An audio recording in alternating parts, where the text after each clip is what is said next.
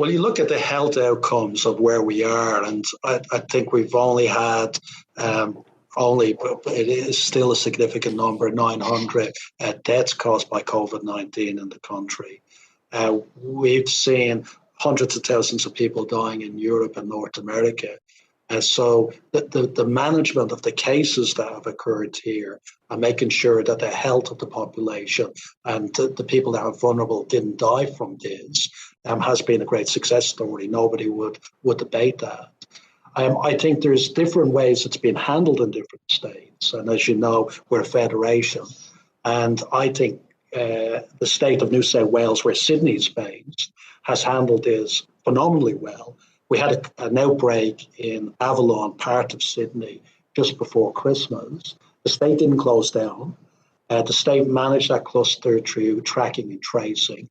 It managed to keep the cases to less than 20 a day, and then within a couple of weeks got it back to zero.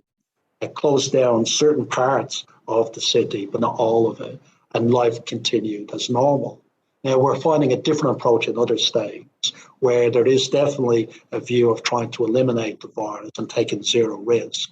And I think the way New South Wales has done it is the right balance.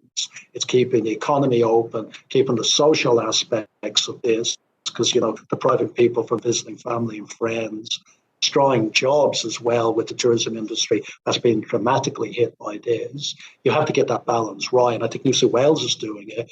And we just get frustrated about some of the other states and the approach of zero risk that they do take on this. We even had over Christmas, the Victorian state where Melbourne's based actually lock its own residents out if you had visited Sydney.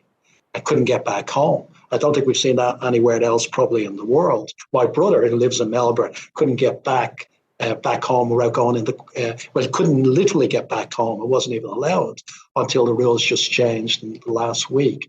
So I think I don't think all the time we've got the balance right. I think in New South Wales we have, and it's approaching it in an appropriate way. And we would just encourage and continue to encourage a common system based on the data, based on the science, that every state would apply. We have 11 airlines in the Qantas group. This is the equivalent of us having 11 safety managers coming out with different standards and saying what's safe and what isn't safe.